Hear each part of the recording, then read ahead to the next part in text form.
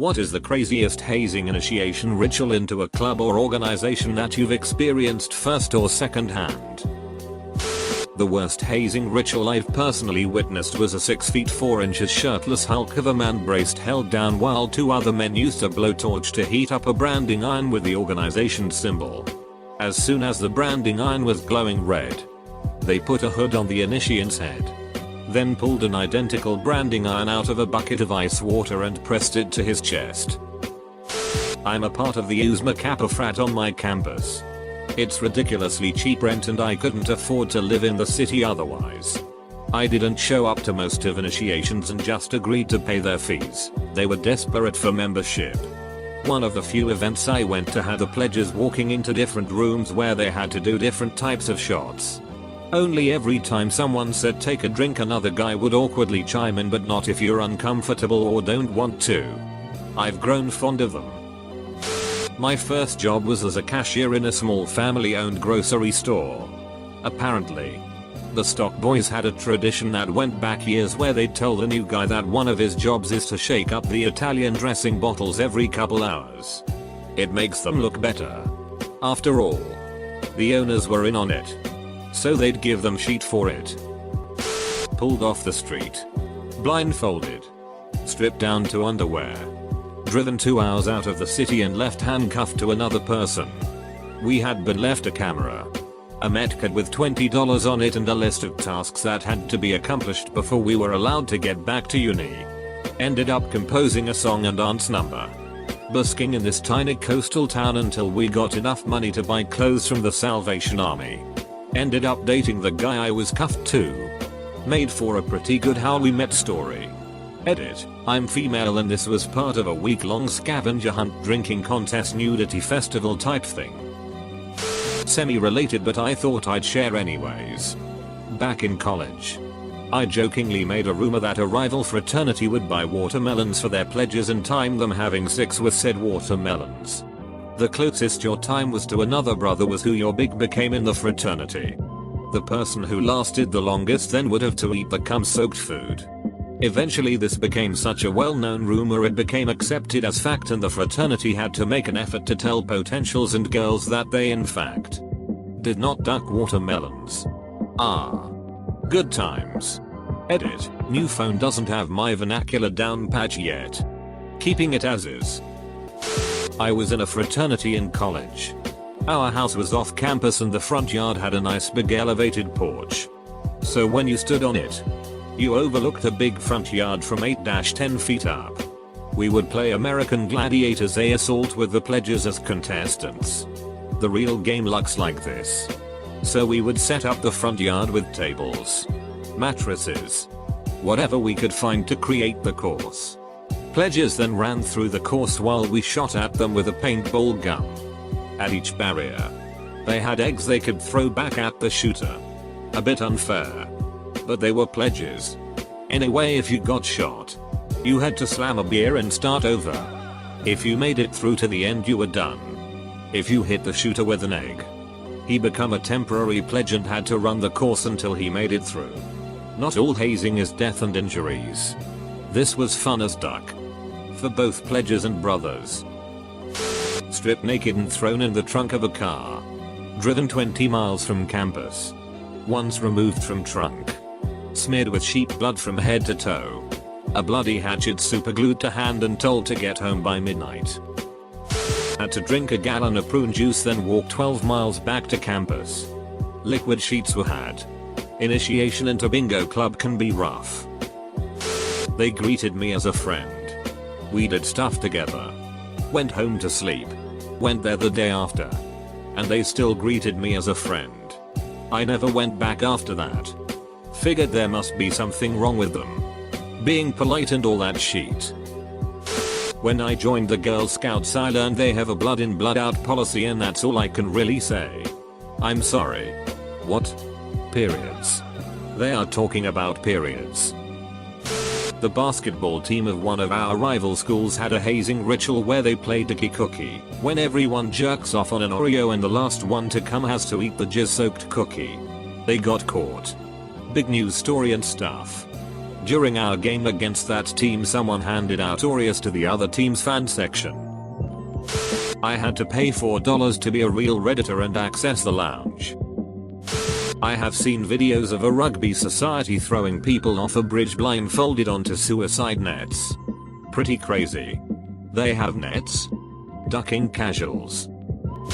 A rather notorious sorority at my college made new initiates call their boyfriends love interests and have phone sex with them. With everyone listening. The boyfriends would have to be told after the call was over.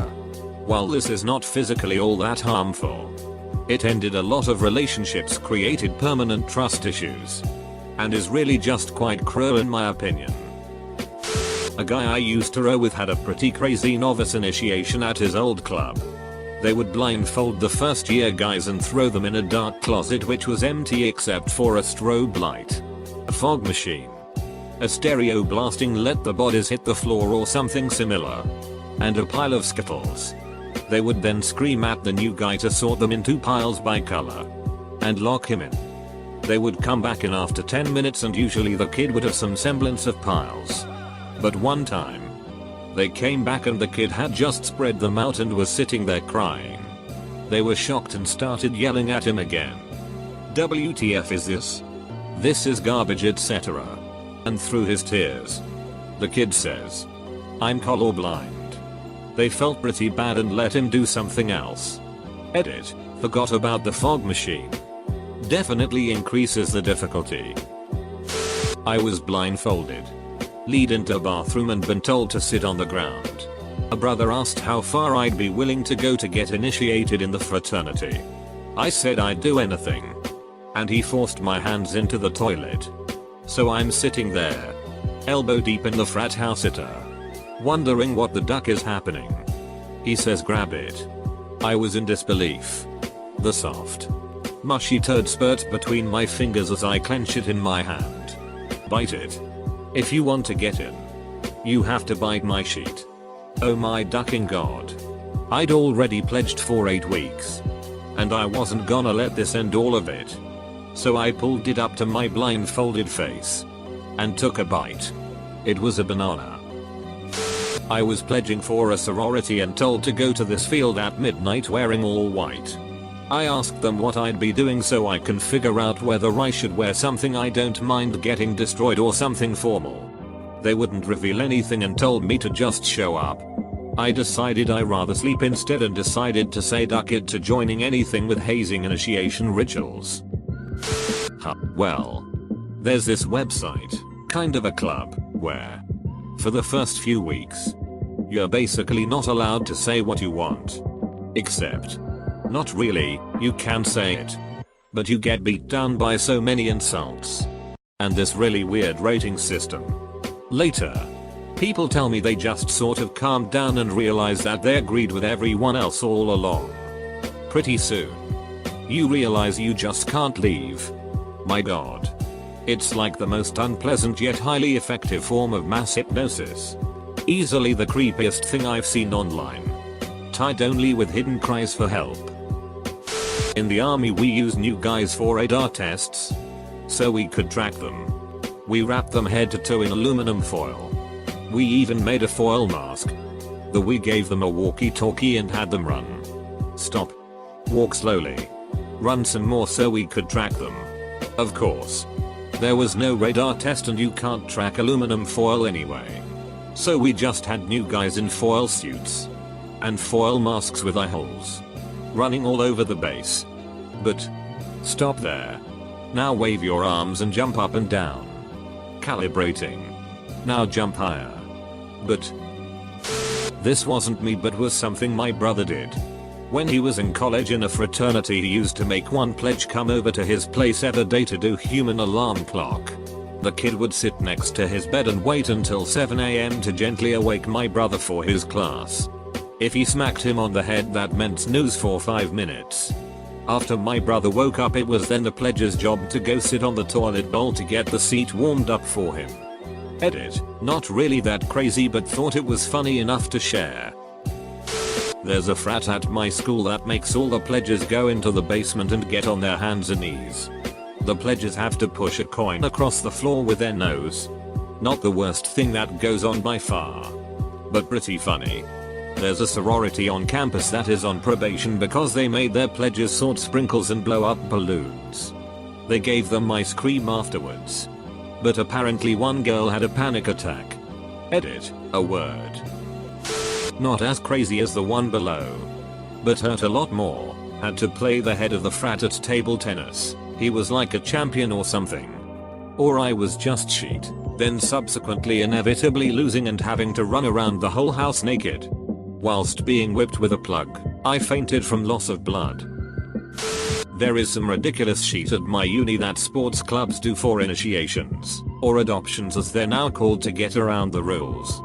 The rugby club is banned from the SU for an initiation ritual in which they would hold freshers over the edge of the terrace bar, first floor balcony with brick underneath, by their ankles and make them whack pints. The football club can't hold adoptions in the SU. Last year there was a choice between playing soggy biscuit, downing a pint from a shoe with a live goldfish in, or shaving your head.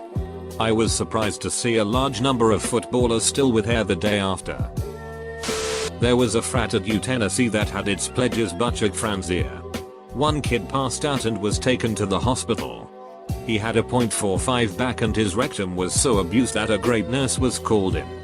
I can't link it because I'm on mobile, but it made national news and resulted in a hilarious press conference. I was in high school when a big story got out that a rival school's baseball team had initiations that involved broomsticks, pine cones, and now, edit, it seems this rumor and actual events have spread throughout our weird country. I'm in SoCal BTW. I was asked to sing with a choir a few years back. I told the choir leader I wasn't religious. He said that wasn't a problem. It's before the practice and they all join hands to give thanks to Jesus. Apparently it was a big deal because I needed to join hands with the group even though I specifically said it wasn't my faith. When it got to my turn to talk about why Jesus is great, I just politely declined to say anything. The looks people gave me were deadly. They started worshipping in tongues, or some weird mumbling. And afterwards I'm just standing there looking around feeling awkward as hell. The choir leader had me over to his house and every time before I left he'd make me hold hands with him and pray to Jesus. I stopped going after a short while, but the tunes we belted out were fun, so that was nice. There was a hazing in a club that some people I knew were in where you had to stick a thin glass tube down your urethra without breaking it. It was an all boys club. I used to work as a rigging technician in the movie industry. All the equipment had funny names, so a new guy wouldn't think twice if you asked him to go fetch something that doesn't exist. A popular one is the long wait. He'll go to the truck or store and ask whoever is there where the long wait is. If the guy's in on it, his response will be something to the effect of, "Okay, just hang on over here and I'll go fetch it for you." And then just leave him there while everyone else uses the radio to harass him to hurry up. Other popular fictional items include skyhooks, tins of elbow grease and packets of grinding sparks.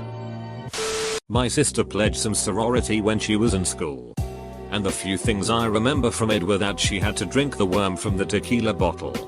And anytime a sister shouted pig, she would have to get on the ground and sizzle like bacon. I wasn't involved in this organization, but they did it the best ways I've heard. They would give you tasks where you could do it the dumb way, which was harder. Or if you were clever, take an easy way out. The best example I have is they separated a group of 12. 6 in a small room with a window leading outside to each. And they placed a keg in the room and said they couldn't leave until it was gone. One group attempted to drink the whole thing. The other group placed it outside the one-story building window and left the room.